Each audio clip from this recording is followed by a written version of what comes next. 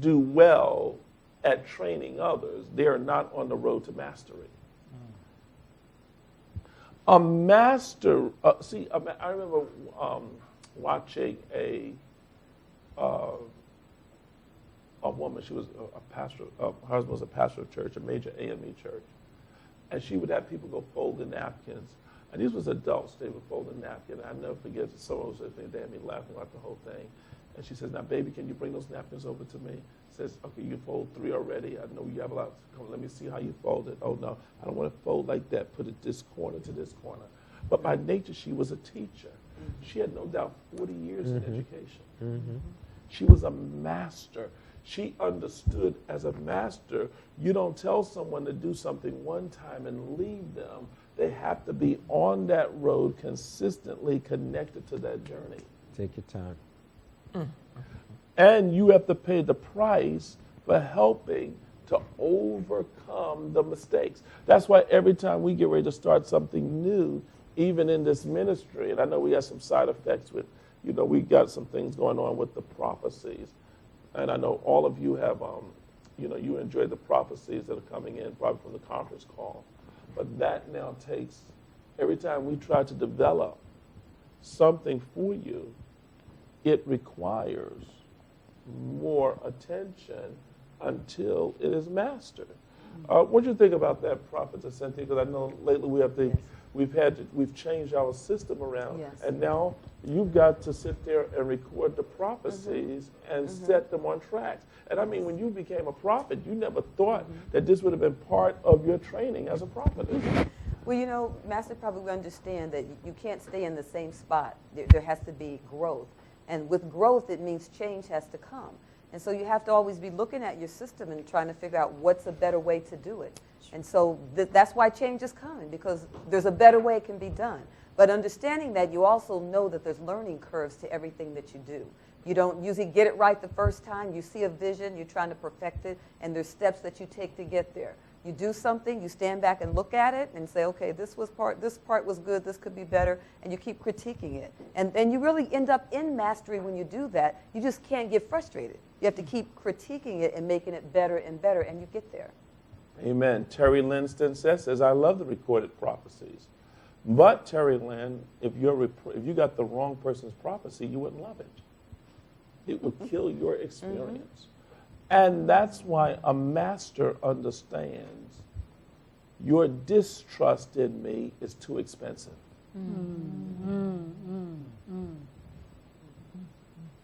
The distrust is too expensive. And she typed in the chat room there, true.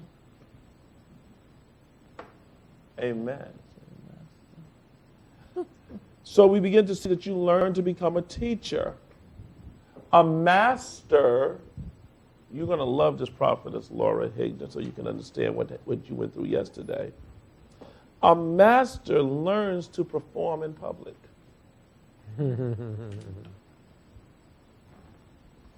You cannot be a master and shy. You will never find a shy master. That's a barrier they will have to break through. Because a master comes into mastery to teach others, to empower others, and you can't empower others in the background. That's right. Wow. That's true, Master. You got to be up on the stage in the forefront, demonstrating. You got to get those hours in. A master is a public speaker. A master is also a person with spiritual concentration. A master is also an individual that has self-defense. They always know how to protect their technique. A master will learn personal survival techniques. A master will not feel the recession. Wait. What you saying, Master Prophet? What you saying? A master cannot feel recession because the master knows how to function on many different levels, on many different platforms. Yes. So the music industry or entertainment industry or whatever may be undergoing changes. The masters know how to reinvent themselves. Now, let me just say this. You're supposed to reinvent yourself every 4 years anyway. Prophetess Cynthia, why is reinvention so important? Well, Master Prophet, even if you just look at the Bible, the Spirit talked about going from glory to glory to glory. You can't be stagnant. You can't be still. You're supposed to constantly be moving and constantly changing. And so because of that, you will constantly have to reinvent yourself. You can't stay at the same level. It's really all about growth. And God expected us to grow and always change. The Spirit of God moved. That shows you change right there. Nothing is, the only thing that's still is things that are dead. That's it.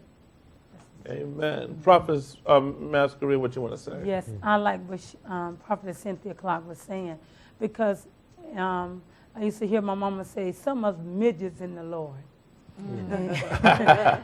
And if you don't like change, that's what you become, a midget. And because that you are limited, it limits you to do certain things.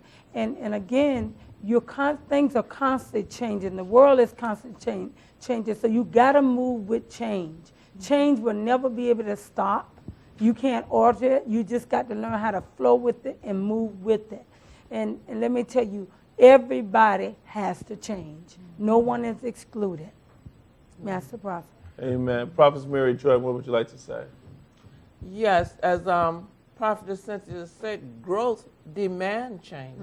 That's the only way you're going to grow. If you don't change, you're not going to go. You're just going to stand still. You're going to just be there. So growth demand change, and I think that's where a lot of people get it.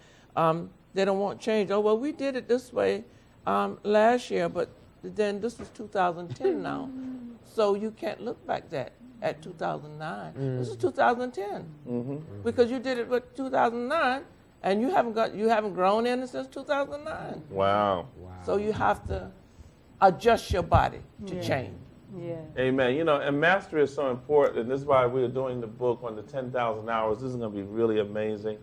The road to spiritual self-mastery. Because one of the things you're going to find, it would develop self-confidence when you start moving into mastery. Yes.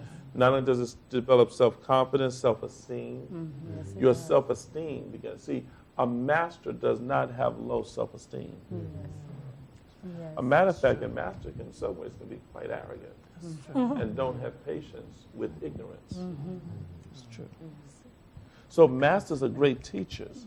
Masters create followers. You see? See, masters, when people see a master, they want to follow a master. Most people can't get followers because they don't have enough hours in. And most people can't keep followers to develop them into mastery because they may be only following a talent, but not a technique or a skill, because there's no conditioning in mastery. Oh my goodness. Amen. Master Prophet. Yes, I can't Prophet, let that one Prophet go. Thompson. Because in the wants to School say of something. Prophets text, that first text that we all go through, there's a section where you went through the Karate Kid. And you know what? When the one is moving into that discipline, they have to learn the master's system.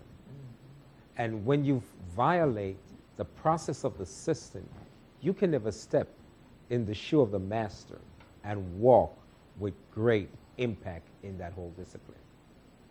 That's why the whole thing around karate, they always have to come down to the master's technique.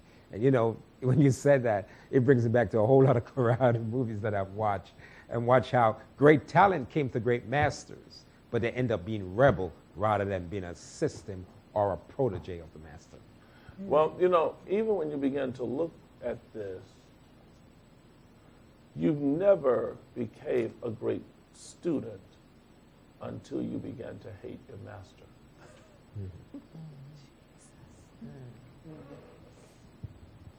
Because the master put you through something that no one else can put you through. And you got to hate your master along the way, where the master becomes the enemy. but yet you're still gleaning from the master, because the master has got to